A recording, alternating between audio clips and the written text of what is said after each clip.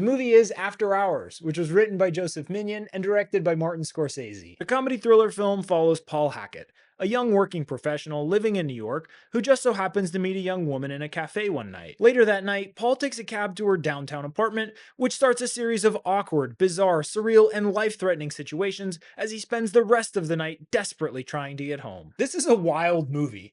It reminded me so much of the movies from the Safdie brothers that I can pretty much guarantee that it served as an inspiration for their films. It captures what it can often feel like to be a young person yearning for connection.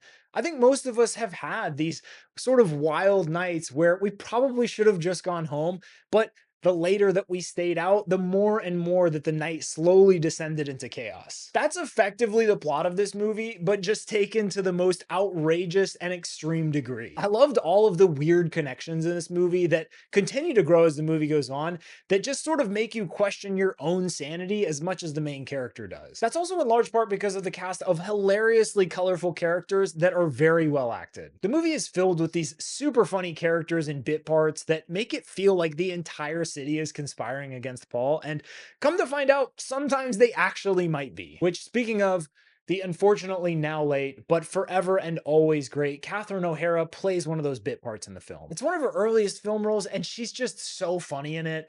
She plays a woman who drives an ice cream truck, and while she initially intends to help Paul out, she very quickly becomes one of his biggest adversaries in the movie. It's a huge bummer that she's gone, but she continues to live on through her great performances in movies like this one. This movie just screams New York. It's not a movie that could really be set anywhere else.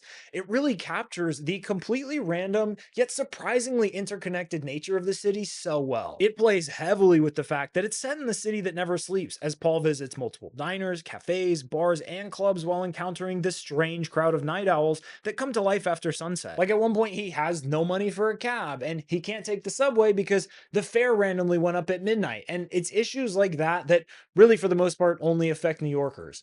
Like, if the film were set in Dallas, he'd just get into his lifted F-250, crank up some Kenny Chesney, and just drive home. The film was shot incredibly well, which shouldn't come as any surprise considering Martin Scorsese directed it. Extreme close-ups are expertly and frequently used throughout the film to cause misdirects and to add to that feeling of unease that very slowly intensifies throughout the film. Also, there were some very cool experimental techniques used to show various POVs, like quickly dropping a camera through the air to give the audience the perspective of keys being thrown from an apartment window. It has a style that I thought was so interesting to look at that it made even the more mundane scenes exciting to watch. Much of the film has this wet and gritty feeling to it that helps you take Paul's perspective even more, reinforcing that feeling that all you want more than anything is to just get home and go to bed. There are definitely some themes that play with the often cyclical nature of being a young professional, going to your likely boring job during the day, only to live for night, to then do it all over again the next day. Also, there's absolutely something to be made of Paul's relationship with women in the film,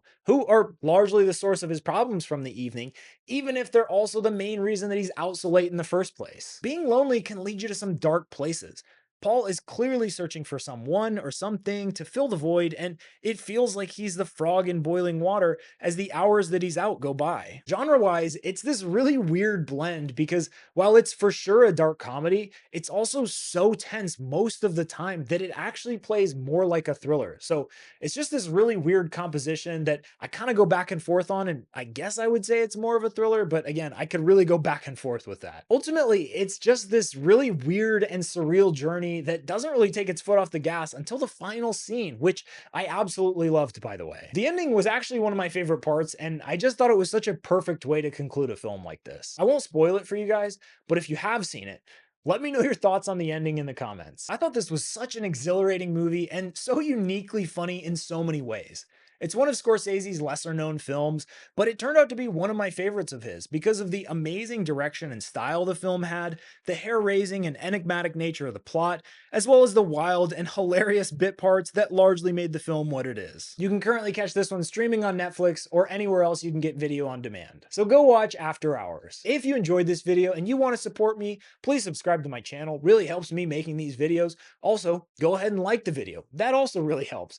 And if you want, leave a comment letting me know what you thought of this movie or what movie you think I should review next. I put out a movie review each week, so subscribe to stay tuned. Thanks, y'all.